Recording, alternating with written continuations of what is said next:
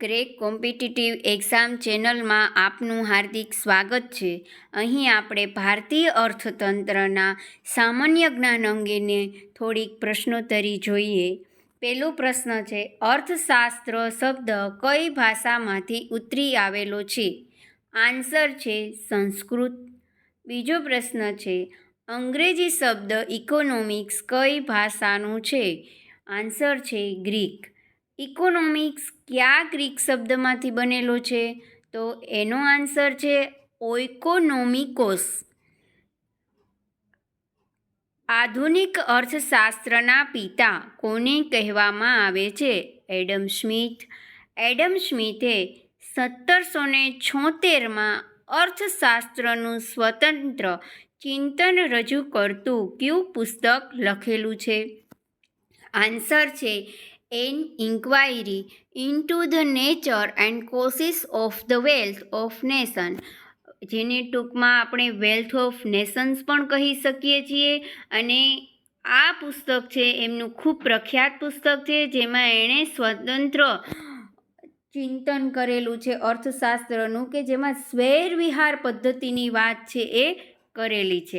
હવે છે અર્થશાસ્ત્ર નામનું પુસ્તક કોના દ્વારા લખવામાં આવ્યું હતું? તો એનો આન્સર છે ચાણક્ય, જેને કૌટિલ્ય પણ કહેવામાં આવે છે. ભૂતકાળમાં ભારત વિશ્વનું સૌથી મોટું અર્થતંત્ર હતું એવું કથન કયા ઇતિહાસકારનું છે? આન્સર છે અંગુસ મેડિસન. 16મી સદીના મુઘલ શાસન દરમિયાન ભારતનું અર્થતંત્ર વિશ્વની આવકના કેટલા ટકા આવક ધરાવતું હતું? આન્સર છે 25%. એશિયન ડ્રામા પુસ્તકમાં કઈ બાબતનું વર્ણન છે? એશિયાની ગરીબીનું વર્ણન છે એ કરવામાં આવેલું છે. મધ્યકાલીન ભારતમાં કોના શાસનકાળ દરમિયાન ભારતની અર્થવ્યવસ્થા સૌથી સારી હતી? આન્સર છે મુઘલ બાદશાહ અકબર. અર્થવ્યવસ્થાના મુખ્યત્વે કેટલા પ્રકાર હોય છે? એનો આન્સર છે કે અર્થવ્યવસ્થાના મુખ્યત્વે 3 પ્રકાર છે. પહેલું છે મૂડીવાદી અર્થવ્યવસ્થા, બીજું છે સ્વયં સંચાલિત રાજ્ય સંચાલિત અર્થવ્યવસ્થા, અને ત્રીજું છે મિશ્ર અર્થવ્યવસ્થા. મૂડીવાદી અર્થવ્યવસ્થા એટલે શું?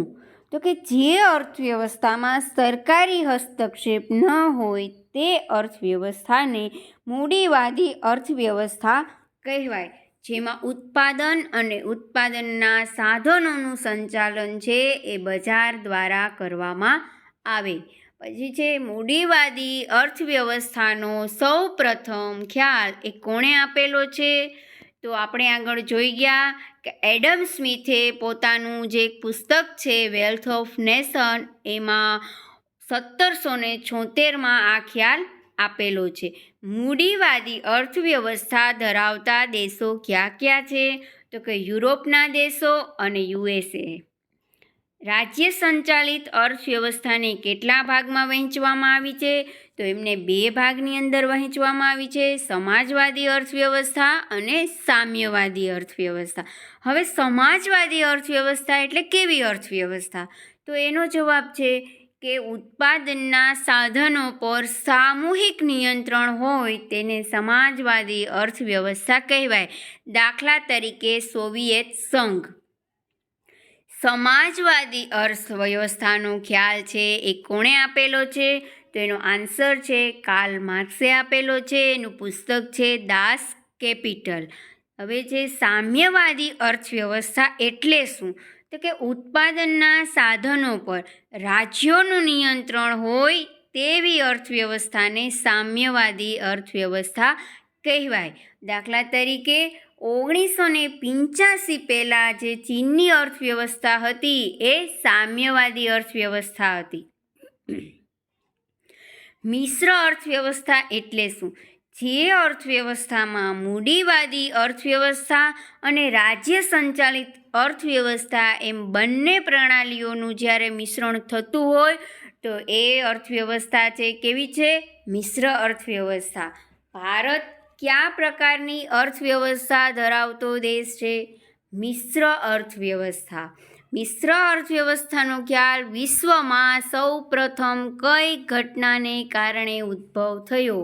એનો આન્સર છે 1919ની અમેરિકાની મહામંદીને કારણે આ મિશ્ર અર્થવ્યવસ્થાનો ખ્યાલ છે એનો ઉદ્ભવ થયેલો છે.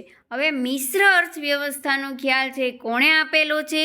તો કે Gyan કેન્સે પોતાનું પુસ્તક છે the general theory of employment interest and મનીમાં આ ખ્યાલ આપેલો છે.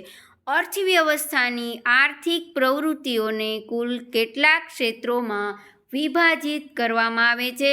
તો કે અર્થવ્યવસ્થાની જે આર્થિક પ્રવૃત્તિઓ છે એને કુલ 3 ક્ષેત્રોની અંદર વિભાજિત કરવામાં આવે છે.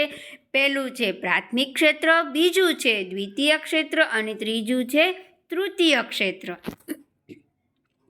પછી જોઈએ પ્રાથમિક ક્ષેત્રમાં કોનો સમાવેશ થાય? તો કે આ એવી આર્થિક પ્રવૃત્તિ કે જેમાં કુદરતી સંસાધનોનો સીધો ઉપયોગ થાય છે, જેમ કે કૃષિ, પશુપાલન, મત્સ્યપાલન, મરઘા બતકા ઉછેર, જંગલ પેદાશો વગેરેનો સમાવેશ એની અંદર થાય.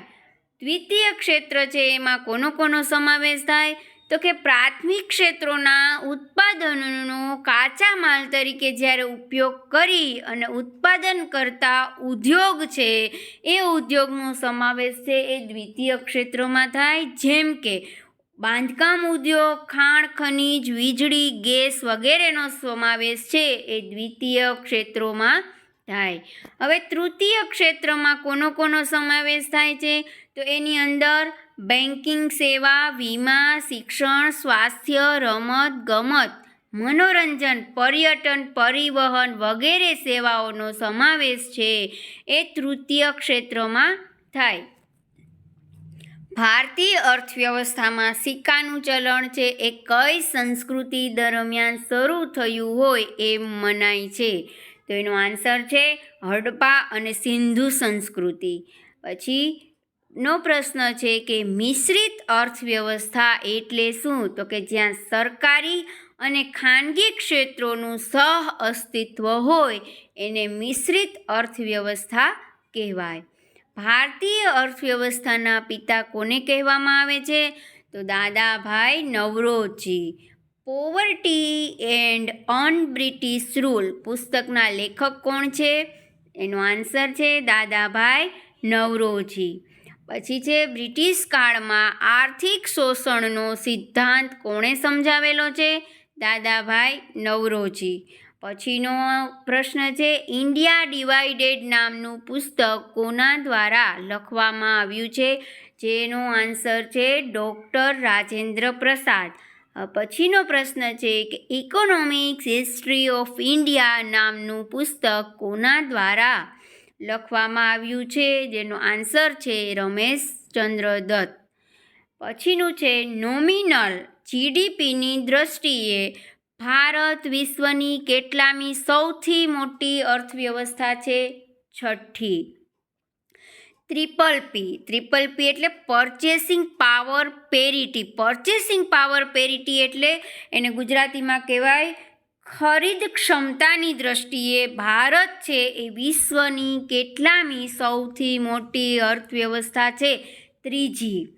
ભારતમાં સૌથી વધુ રોજગારી કયા ક્ષેત્રે સર્જાય છે? આન્સર છે ખેતી.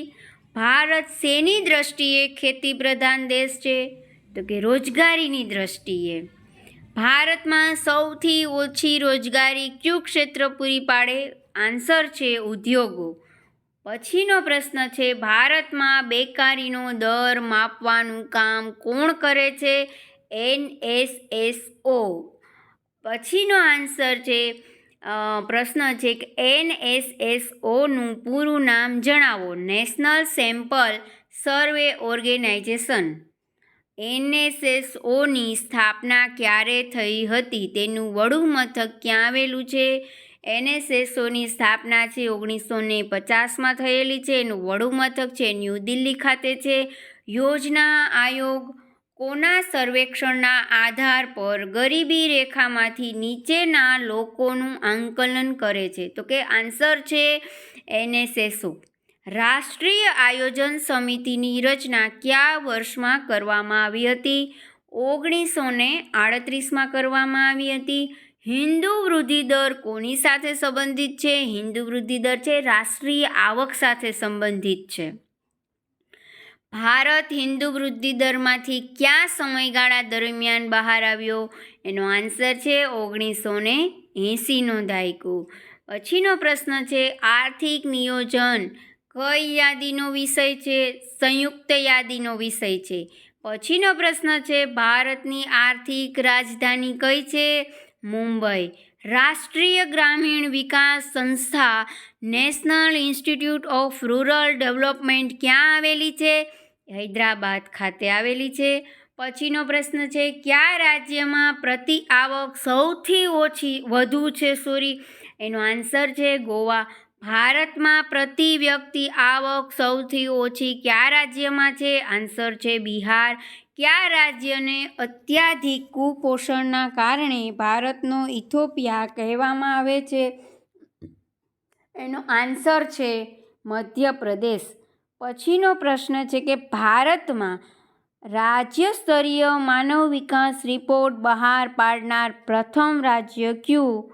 એનો આન્સર છે મધ્યપ્રદેશ.